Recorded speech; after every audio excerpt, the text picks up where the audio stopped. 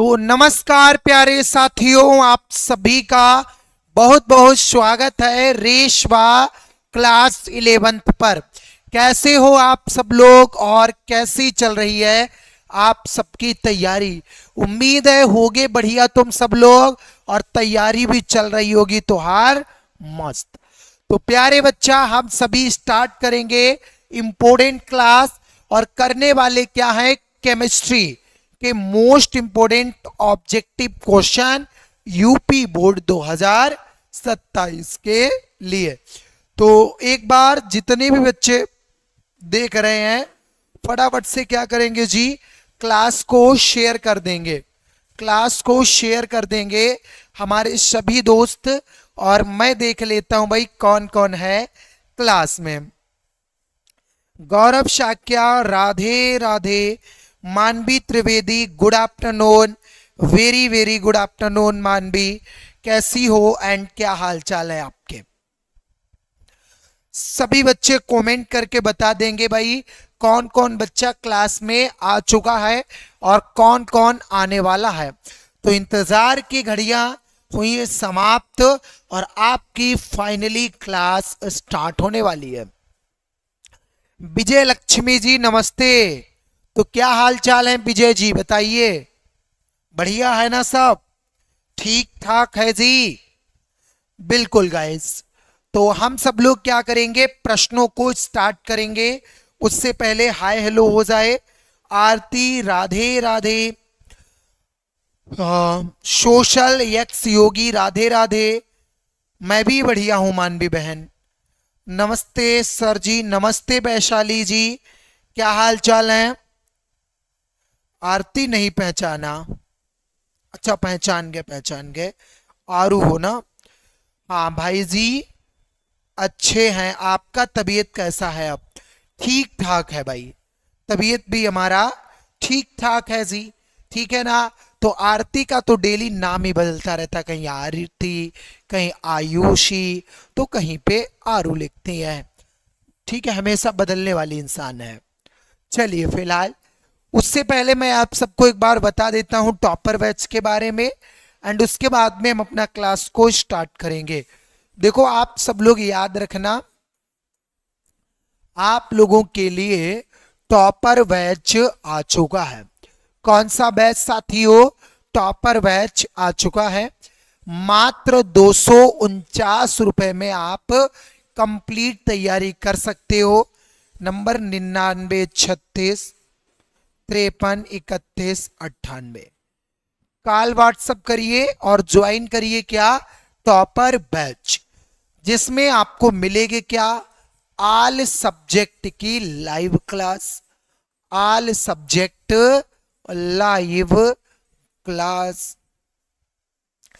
PDF, group discussion, personal guidance and test जैसी सुविधाएं आपको मिलेंगी। तो सभी बच्चे ज्वाइन करेंगे क्या, टॉपर बैच, है ना?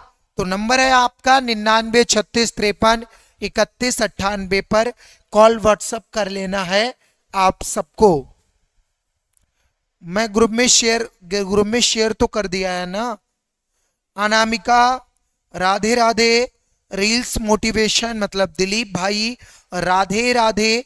सभी बच्चे एक बार क्या करिए, सेशन को गाइस लाइक कर दीजिए। जितने भी बच्चे देख रहे हैं ना, एक बार फटाक से सेशन को लाइक कर दीजिए एंड उसके बाद में हम सब क्या करेंगे, क्लास को स्टार्ट करेंगे। बिल्कुल, तो पहला प्रश्न आपकी स्क्रीन पर है और सभी को गाइस सॉल्व करके ही आंसर करना है। इलेक्ट्रॉन पर कितना आवेश होता है? प्रश्न है आपका, इलेक्ट्रॉन पर कितना आवेश होता है? 1.6 इंटू 10⁻⁻⁻ का 19 कूलाम, वी ऑप्शन पे है -1.6 into 10⁻⁻19 coulomb and option C आपका दिया है 9.1 इंटू 10⁻31 कूलाम और ऑप्शन डी है 1.6 इंटू 10⁻⁻27। तो फटाक से बता दो भाई सही जवाब क्या होगा। ऑप्शन ए सही होगा, बी राइट होगा, सी होगा या डी होगा। फटाक से बताओ इलेक्ट्रॉन पर जो आवेश का मान होता है वो कितना होता है। बिल्कुल आसान, यूपी कह रहा है ए विल बी राइट आंसर। मैं तो आप ही बोलूंगी। अच्छा बिल्कुल, तो ए जवाब। मैक्सिमम बच्चा कह रहा है गुरुजी ऑप्शन नंबर ए सही हमारा हो जाएगा, ए को धाराशाही कर दिया जाए।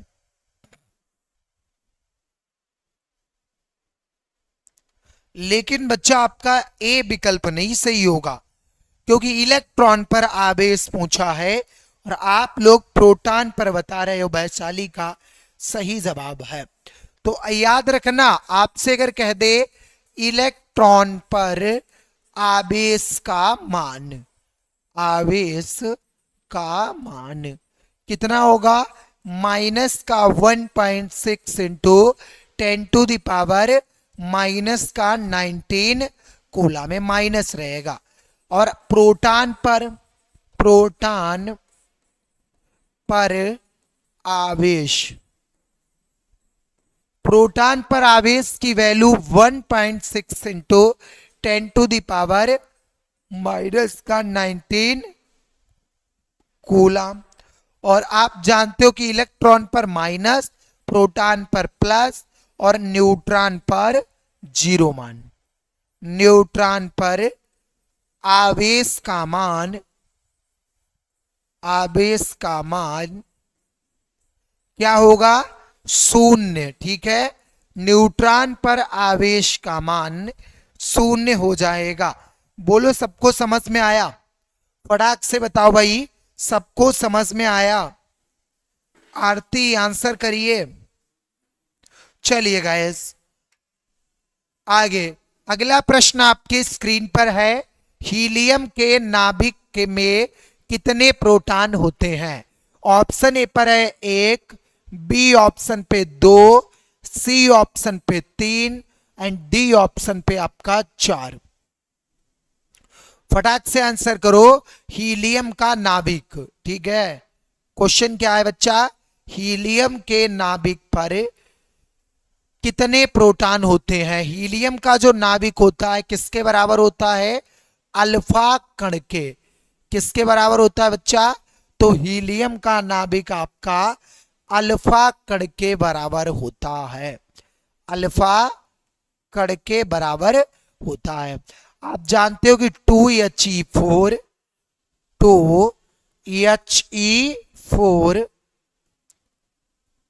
किसके बराबर होगा भाई?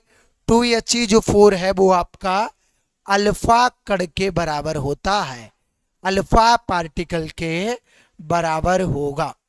ठीक है, तो फटाक से आंसर कर दो सही जवाब क्या होगा। अमित कुमार का बी जवाब।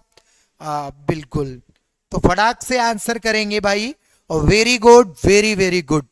जिन बच्चों ने कहा ऑप्शन नंबर वी सही होगा, एकदम राइट, क्योंकि यहां पे 2 है ना, 2, तो 2He4 हो जाएगा।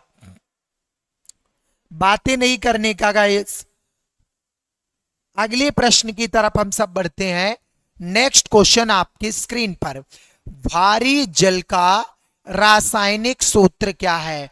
हैवी वाटर का आपको फार्मूला बताना है। क्या बताना है साथियों? तो हैवी वाटर का फार्मूला बताना है। फटाक से आंसर करो। ऑप्शन ए पर है H2O, बी ऑप्शन पे क्या है आपका D2O, सी ऑप्शन पे H2O2 एंड डी ऑप्शन पे H2S। गर्मा गर्म चाय ले लो भाई। एहसान जी चाय नहीं किसी को पीना है। प्रीति का वी जवाब, विजय लक्ष्मी का बी जवाब, कशिश वेरी गुड वी जवाब। तो मैं देख पा रहा हूं भाई मैक्सिमम बच्चा क्या कर रहे हैं जी, ऑप्शन नंबर वी बता रहे हैं कि गुरुजी राइट आंसर हमारा वी होगा। भारी जल, भारी जल का फार्मूला क्या होगा? याद रखना D2O D2O। भारी जल का फार्मूला क्या होगा? तो D2O आपका भारी जल का होगा। आरू कह रही है सर सामने आओ। मैं सामने ही तो हूं, तुम्हें दिख नहीं रहा हूं क्या गाइस?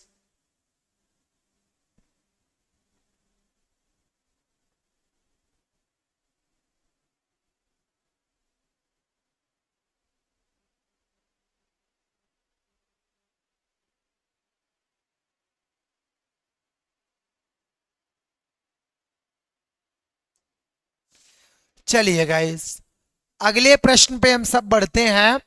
आवर्त सारणी के वर्ग एक के तत्वों को क्या कहा जाता है?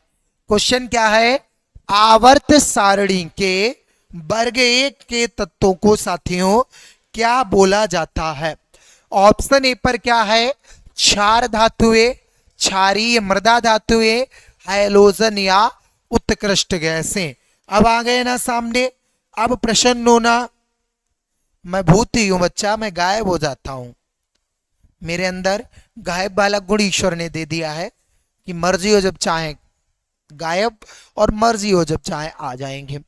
आवर्त सारणी के वर्ग एक के तत्वों को क्या कहा जाएगा? क्षार धातुएं, क्षारीय मृदा धातुएं, हाइड्रोजन या उत्कृष्ट गैसें। मिस्टर इंडिया, हाँ बिल्कुल ये जवाब सब बच्चे कह रहे हैं गुरुजी ऑप्शन नंबर ए होगा।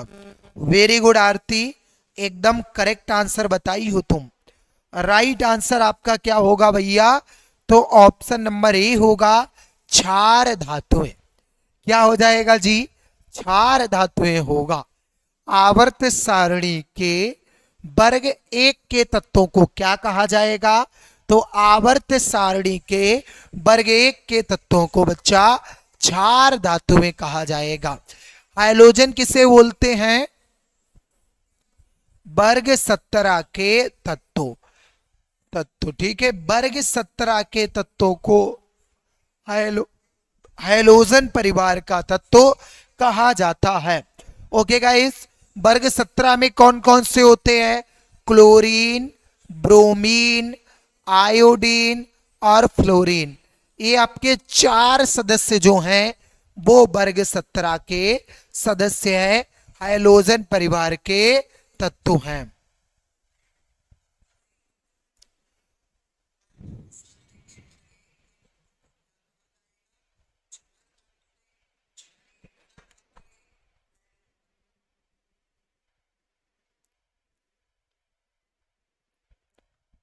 पढ़ने में बेबको अभिषेक भाई, हाँ बताओ भाई क्या बात है अभिषेक भाई।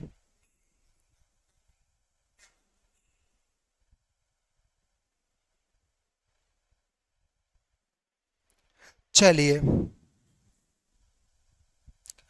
या मेरी जान बोलने वालों पे मुझे बहुत गुस्सा आता है, कोशिश कर रही हैं। आरती कह रही 2 गज की दूरी और मास्क है जरूरी।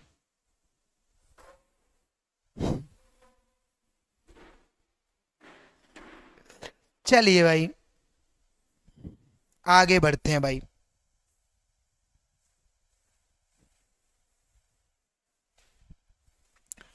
निम्नलिखित में से कौन सी एक अक्रिय गैस है? अक्रिय मतलब इनर्ट। आपको बताना है बच्चा, निम्नलिखित में से कौन सी गैस अक्रिय है? नाइट्रोजन, ऑक्सीजन, आर्गन या हाइड्रोजन। फटाक से आंसर सब बच्चे करेंगे। सही जवाब क्या होगा? फटाक से आंसर कर दो भाई।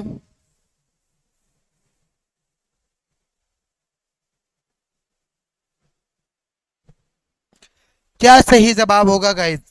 फटाफट से आंसर करो भाई। राइट आंसर क्या होगा? 5 सी, बिल्कुल वेरी गुड। सही जवाब होगा आपका सी, आर्गन एयर। कौन मूवी देखने जा रहा है? किसको लैला मजनू बनना है? जो मूवी देखना है, बिना लैला मजनू बने रहा नहीं जाता है।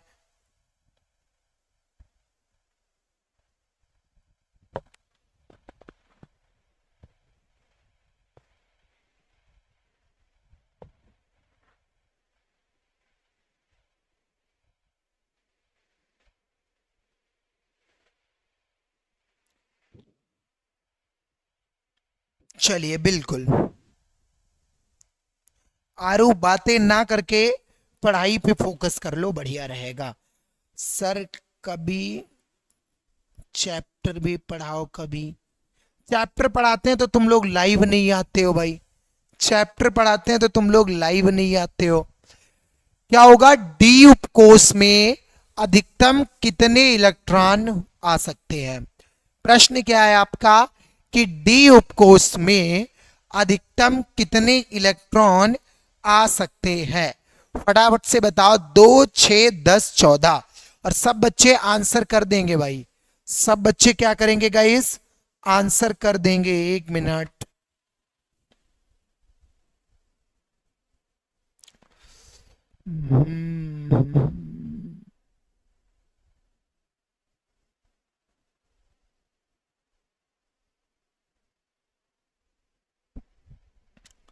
चलिए, 2, 6, 10 या 14, फटाफट से बताओ भाई, डी उपकोष में अधिकतम कितने इलेक्ट्रॉन आ सकते हैं?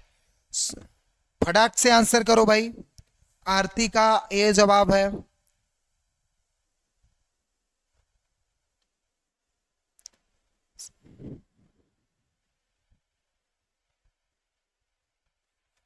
बिल्कुल आंसर करो जी।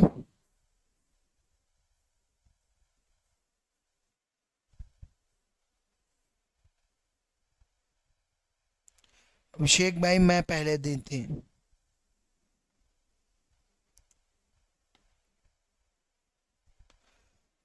हाँ, एहसान भाई, यहाँ एक ही कपल है, ओके, तो लव क्लास नहीं है। कपल कौन है यहाँ पे है भाई? मुझे तो पता ही नहीं लगा कपल यहाँ पे कौन है क्लास के अंदर। सी होगा ना, रिया रावत। हेलो, बिल्कुल। तो राइट आंसर क्या होगा, सी, 10। डी उपकोष में अधिकतम कितने इलेक्ट्रॉन, 10।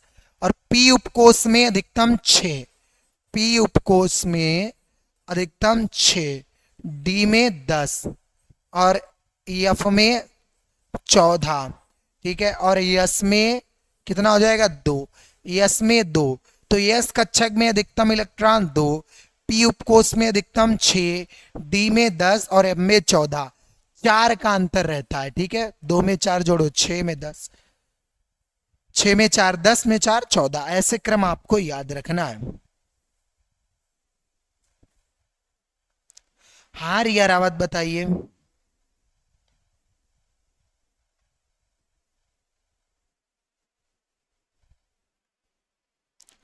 अनामिका, ऐसी बातें मत करो, जो बच्चे क्लास में वो परेशान हो रहे हैं। प्लैंक नियतांक की इकाई क्या होती है? इंपॉर्टेंट क्वेश्चन है बच्चा। कैसा प्रश्न है? तो इंपॉर्टेंट प्रश्न है। प्लैंक नियतांक की इकाई क्या होती है? ऑप्शन ए पर है जूल, बी नंबर पे जूल सेकेंड, सी नंबर पे वाट एंड डी ऑप्शन पे न्यूटन दिया गया है। तो किसमें कितना है दम बता दीजिए। प्लैंक नियतांक एच की इकाई क्या होती है? फटाक से आंसर करेंगे हमारे सभी धुरंधर स्टूडेंट्स।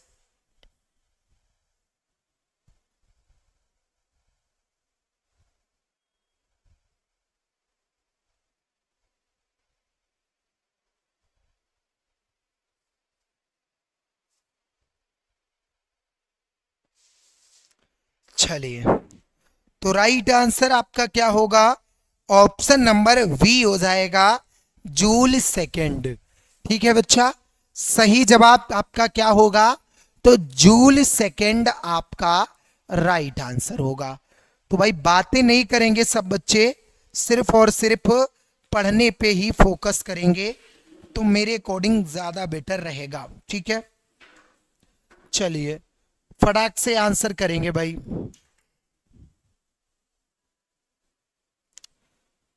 बिल्कुल, अगला क्वेश्चन। आधुनिक आवर्त सारणी में कुल कितने आवर्त हैं?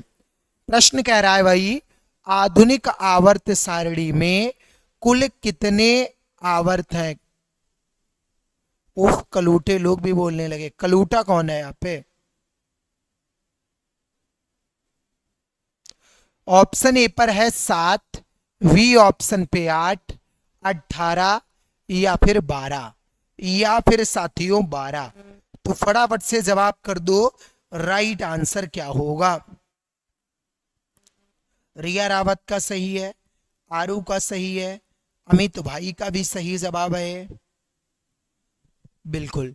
तो आवर्त सारणी में जो आवर्तों की संख्या होगी वो 7 होगी। कितने आवर्त होंगे बच्चा? तो 7 आवर्त होते हैं। आवर्त सारणी में कितने आवर्त होंगे? आवर्त सारणी में बच्चा 7 आवर्त होंगे। ठीक है, 18 नहीं होंगे। कैथोड किरणें किसकी बनी होती हैं? प्रश्न क्या है?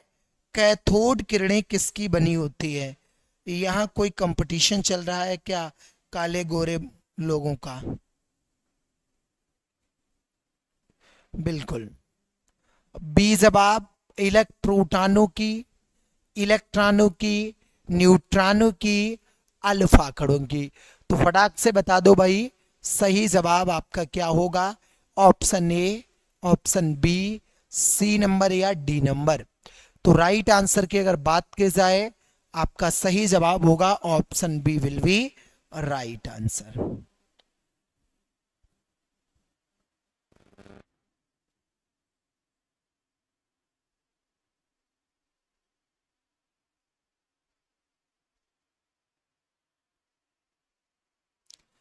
चलिए आगे।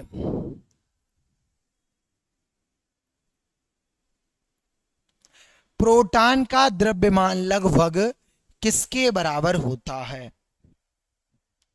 फटाक से बताओ भाई, प्रोटॉन का द्रव्यमान लगभग किसके बराबर होता है? इलेक्ट्रॉन के, हाइड्रोजन परमाणु के नाभिक के, अल्फा कण के, या पॉजिट्रॉन के, या मेरे भाई पॉजिट्रॉन के। तो फटाक से आंसर कर दो एक बार सभी बच्चे। सही जवाब क्या होगा? रिया का भी, अनामिका का भी जवाब आ रहा है प्रश्न नंबर 10 का।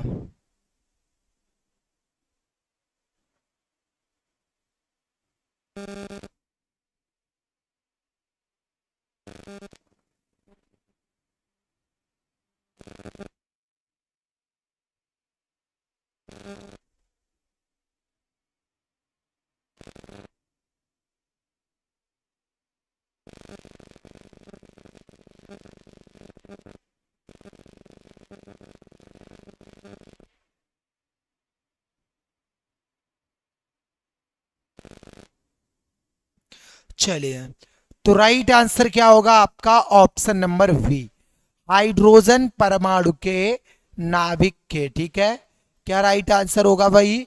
हाइड्रोजन परमाणु के नाभिक के हो जाएगा। चलिए भाई आगे। पानी में नमक घुलना किस प्रकार का परिवर्तन है? प्रश्न कह रहा है पानी में नमक घुलना।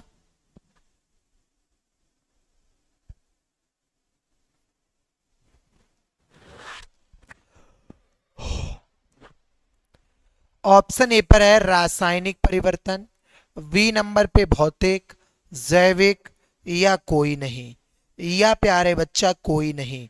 तो फटाफट से आंसर कर दो, सही जवाब आपका क्या होगा?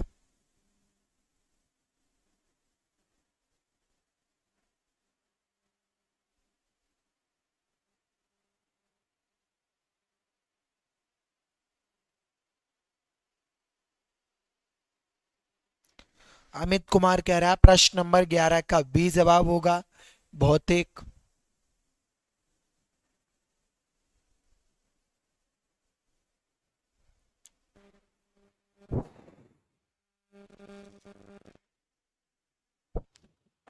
गलत हो गया मेरा। अच्छा,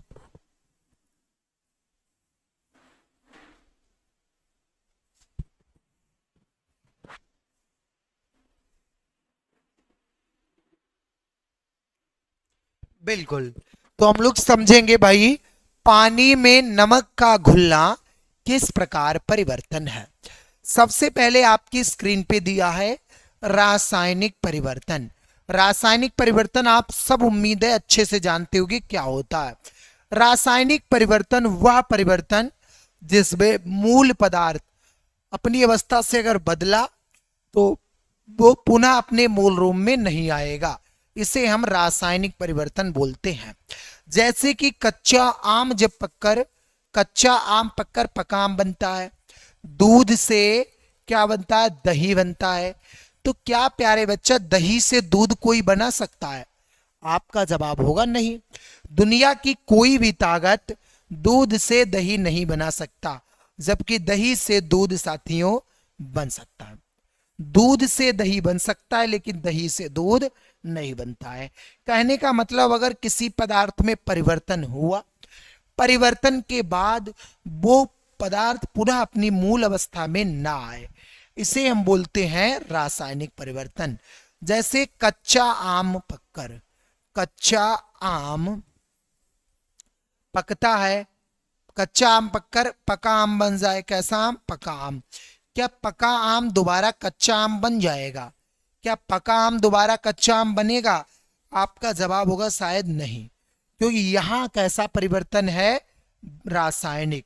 रासायनिक में अगर पदार्थ अपनी मूल अवस्था से परिवर्तित हुआ तो वो पुनः अपने मूल रूप में नहीं आएगा, इसे हम रासायनिक परिवर्तन कहते हैं।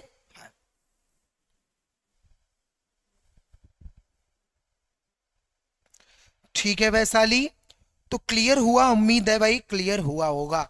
और कोई भी बच्चा अगर दही से दूध बना दे, पका आम से कच्चा आम बना दे, तो उसको भारत रत्न मैं दिलवा दूंगा। कौन सा भैया रत्न? भारत रत्न। तुम्हें एक वैज्ञानिक बन जाओगे, ठीक है। तो आप सोच रहे हो गुरुजी हम भी वैज्ञानिक बनना चाहते हैं, लेकिन कोई तरीका नहीं मिलता है, कौन सी खोज कर दो जो वैज्ञानिक बन जाऊं।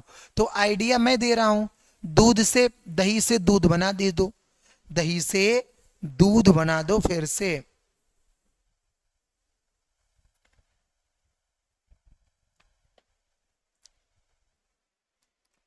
इसका मतलब एक कशिश ट्राई करेंगे दूध से दही बनाने का।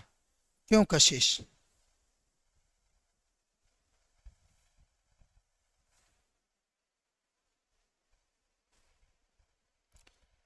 अब आगे बी ऑप्शन पे है आपका भौतिक परिवर्तन। भौतिक परिवर्तन में जैसे पानी से बर्फ बना, पानी से क्या बना? बर्फ। बर्फ से भी तो पानी बन जाएगा भाई, बर्फ से भी तो पानी बन जाएगा। कौन सी विक्रिया हो रही है? उत्क्रमणीय विक्रिया हो रही है कि पानी से बर्फ, बर्फ से पानी। पानी को फ्रिज में रख दो बर्फ बनेगा, बर्फ को निकालकर बाहर रख दो पानी बन जाएगा। यहाँ पर कैसा परिवर्तन है? भौतिक। भौतिक परिवर्तन में अगर किसी पदार्थ में एक बार परिवर्तन हुआ और वो पदार्थ पुनः अपनी मूल रूप में आ सकता है, इसे हम कौन सा परिवर्तन बोलेंगे? तो इसे मेरे बच्चा भौतिक परिवर्तन। जैसे पानी गर्म करना, पानी गर्म, ठंडा पानी गर्म कर दो और गर्म पानी को फिर से रख दो, ठंडा हो जाएगा ना। तो कौन सा परिवर्तन होगा? भौतिक। यहाँ पे पानी में नमक का घुलना, पानी में साथियों क्या घोल दो? नमक घोल दो। क्या आप पानी से नमक निकाल सकते हो? हाँ बिल्कुल निकाल सकते हैं। पानी में नमक घोलोगे, नमक में पानी। तो राइट आंसर आपका हो जाएगा भौतिक परिवर्तन, ऑप्शन नंबर बी। पानी में नमक का घुलना किस प्रकार का परिवर्तन है? भौतिक परिवर्तन। भौतिक परिवर्तन क्या होता है? वह परिवर्तन जिसमें पदार्थ अपनी पुनः मूल अवस्था में आ सकता है, इस परिवर्तन को भौतिक परिवर्तन कहा जाता। वैशाली कह रही सर जी मेरा तो सही था। Very good. एक बार जितने भी बच्चे देख रहे हैं ना सेशन को साथियों लाइक कर देंगे भाई। जितने भी हमारे स्टूडेंट्स देख रहे हैं सेशन को लाइक कर देंगे। आगे आयनिक यौगिकों के गलनांक सामान्यतः होते हैं। प्रश्न क्या है आपका? आयनिक यौगिकों के गलनांक सामान्यतः होते हैं। ऑप्शन नंबर ए पर क्या है आपका? बहुत कम, बी ऑप्शन पे उच्च, सी ऑप्शन पे शून्य और डी ऑप्शन पे अनिश्चित। डी ऑप्शन पे है अनिश्चित। फटाक से आंसर कर दो भाई, सही जवाब क्या होगा? लेट आए हो क्लास में। सुनील, हेलो सर, नमस्ते, वेलकम न्यू स्टूडेंट्स का।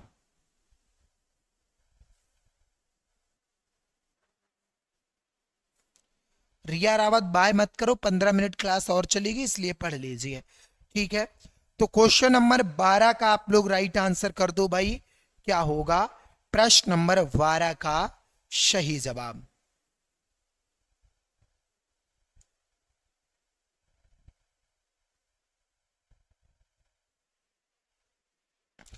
बिल्कुल उच्च हो जाएगा ना, बी। आयनिक यौगिकों के गलनांक सामान्यतः उच्च होते हैं, आप लोग याद रखना। आयनिक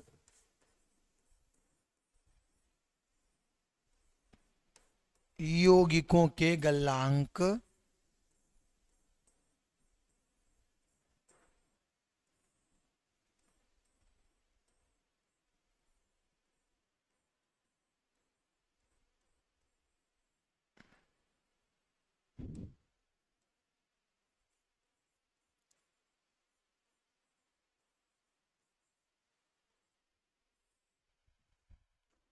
कैसे होते हैं भाई? आयनिक यौगिकों के गलनांक सामान्यतः उच्च होते उच्च होते हैं। आप लोग याद रखना कि आयनिक यौगिकों के जो गलनांक होते हैं वो सामान्यतः उच्च होते हैं। आगे CO2 कार्बन डाइऑक्साइड, ठीक है, में कार्बन की संयोजकता कितनी होती है? कार्बन डाइऑक्साइड में कार्बन की बच्चा संयोजकता कितनी होती है? 2, 4, 6 या फिर 1?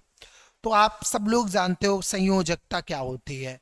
सबसे पहले आपको पता होना चाहिए कि वैलेंसी है क्या। जो आपका संयोजकता है वो आखिर है क्या? संयोजकता,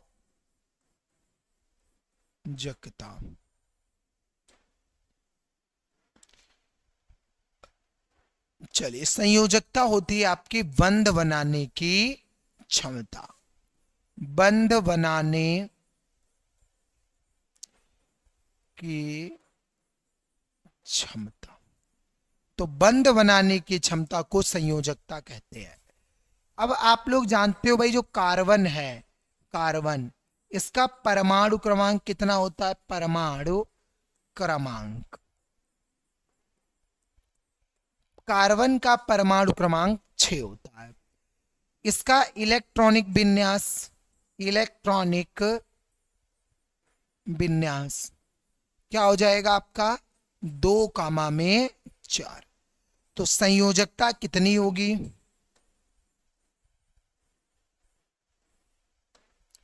संयोजकता आपकी 4 हो जाएगी भाई। संयोजकता कितनी हो जाएगी साथियों? तो 4 हो जाएगी।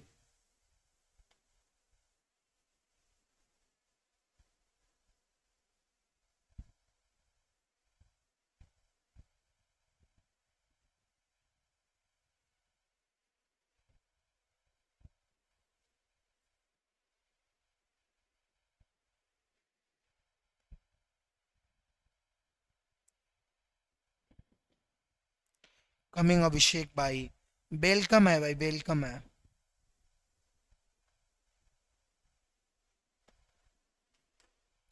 चलिए आगे चलते हैं।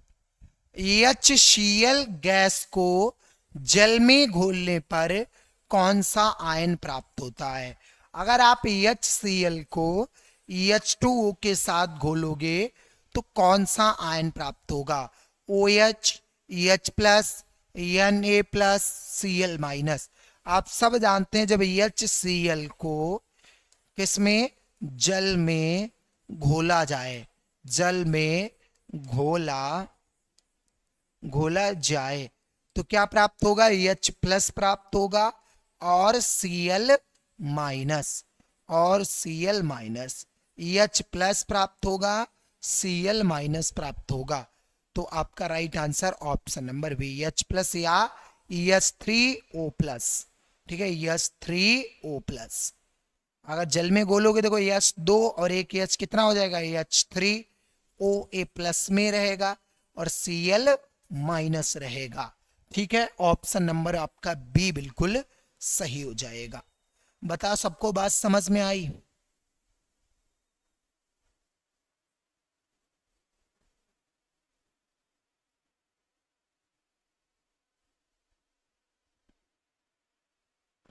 बिल्कुल, आगे हम सभी चलते हैं जी अगले प्रश्न की तरफ।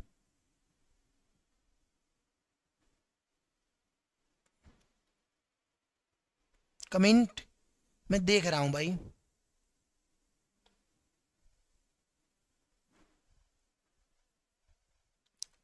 चलिए,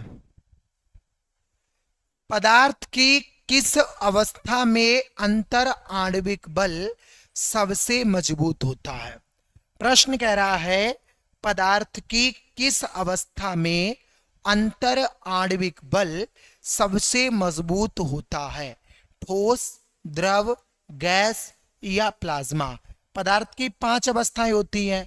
आप सबको पता है भाई पदार्थ की कितनी होती है? 5 अवस्थाएं होती। ठीक है, तो पदार्थ की जब 5 अवस्थाएं होती है और प्रश्न आपसे क्या कह रहा है, इनमें आंतरिक आणविक बल सबसे मजबूत किसमें होता है भाई? तो याद रखना आप सब लोग, अंतर आणविक बल सबसे ज्यादा ठोस में मजबूत और सबसे कम गैस में। सबसे कम, तो सबसे कम किसमें होता है? गैस में। आगे, स्थिर ताप पर गैस के दाब और आयतन में संबंध बताने वाला नियम है। प्रश्न है आपका, स्थिर ताप पर गैस के दाब और आयतन में संबंध बताने वाला नियम है। चार्ल्स का नियम, वायल का नियम, डाल्टन का नियम या बच्चा एवोगाड्रो का नियम। वो आपने गलत देखा है। ठीक है वैशाली जी, आपने गलत देखा है। ठीक है, इस चीज को आप याद रखना। देखो आपको मैं दिखाता हूं गूगल करके।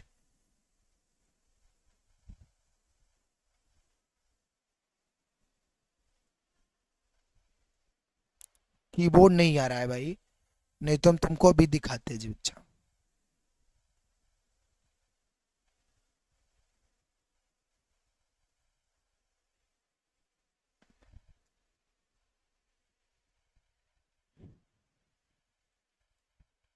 कीबोर्ड ही नहीं आ रहा है साथियों।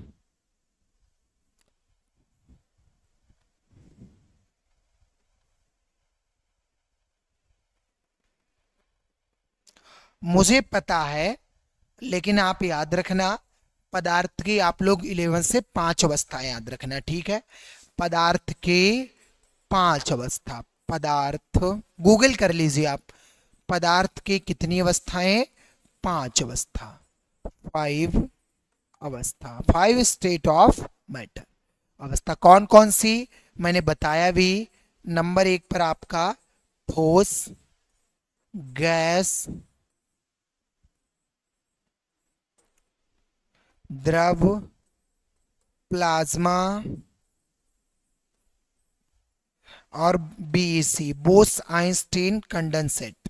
Bose Einstein condensate. तो इसका राइट आंसर आपका बायल का नियम हो जाएगा। क्या हो जाएगा बच्चा? बायल का नियम।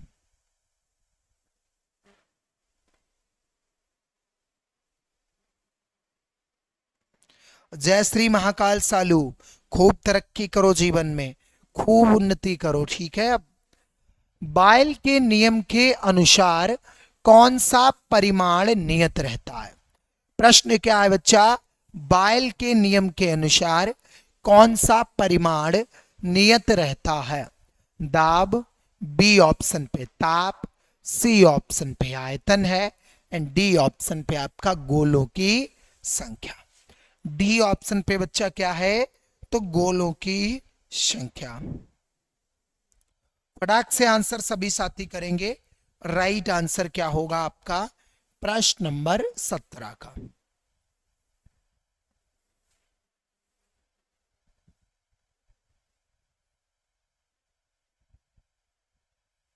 बिल्कुल। तो राइट आंसर हमारा होगा ऑप्शन नंबर बी, ताप। ठीक है भाई, टेम्परेचर। ओके, क्लियर हुआ सबको? फटाक से बता दो। आयतन नहीं होगा आरती, ताप होगा। ठीक है, टेम्परेचर। बायल का नियम के अनुसार कौन सा परिमाण नियत रहता है? तो इनमें ताप नियत रहता है। ठीक है, C is right answer. Very good Sunil.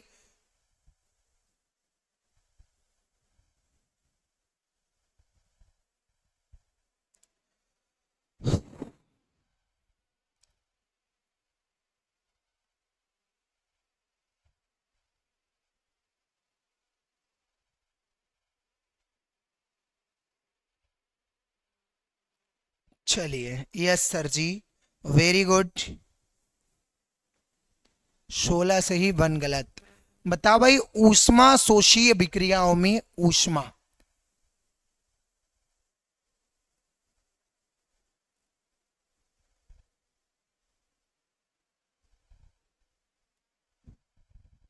चलिए बताओ फटाक से। अवशोषित होती है, बाहर निकलती है, उत्पन्न होती है, या फिर आपका अपरिवर्तित रहती या अपरिवर्तित रहती है? फटाक से आंसर कर देंगे एक बार हमारे सभी धुरंधर। सही जवाब क्या होगा? बिल्कुल। तो याद रखना, ऊष्मा शोषी का मतलब वह विक्रिया जिसमें ऊष्मा का अवशोषण होता है। वह विक्रिया जिसमें ऊष्मा शोषित होती है, ऊष्मा का अवशोषण होता है, ऊष्मा शोषी विक्रिया कहलाती है। कौन सी विक्रिया कहलाएगी बच्चा? तो ऊष्मा शोषी विक्रिया कहलाएगी, मतलब कि ऊष्मा अवशोषित होती है। राइट आंसर क्या होगा? ऊष्मा अवशोषित होती है। किसी अभिक्रिया की गति को बढ़ाने वाले पदार्थ को क्या कहते हैं? प्रश्न क्या है? किसी अभिक्रिया की गति को बढ़ाने वाले पदार्थों को क्या कहा जाएगा? विलायक, उत्प्रेरक, उत्पाद या अभिकारक? राइट आंसर आपका उत्प्रेरक होगा। आप सब जानते हो जो उत्प्रेरक होता है वो अभिक्रिया के वेग को कम अथवा ज्यादा कर सकता है, क्योंकि उत्प्रेरक का काम होता है भाई अभिक्रिया के वेग को कम या ज्यादा करना। और ये क्वेश्चन, शुष्क बर्फ वास्तव में क्या होती है, EHW में रहेगा। और इसका आंसर आप लोगों को किसमें? कमेंट बॉक्स में मुझे बताना ही बताना है। प्यारे साथियों, आप सब लोग टॉपर बैच के बारे में अच्छे से जानते ही होंगे, और इस क्लास के बाद में आप लोग 10th वाली क्लास में भी चले जाओगे, सर को सपोर्ट करके आओगे। टॉपर बैच मात्र 249 में। नंबर है 99 36 53 31 98। और तो गाइस, आज की क्लास को यहीं पे रखते हैं। मिलते हैं तड़कती भड़कती नेक्स्ट क्लास में। और किसी को कोई भी डाउट हो बच्चा, तो फटाक से अपना 1 मिनट में डाउट को क्लियर कर लीजिए।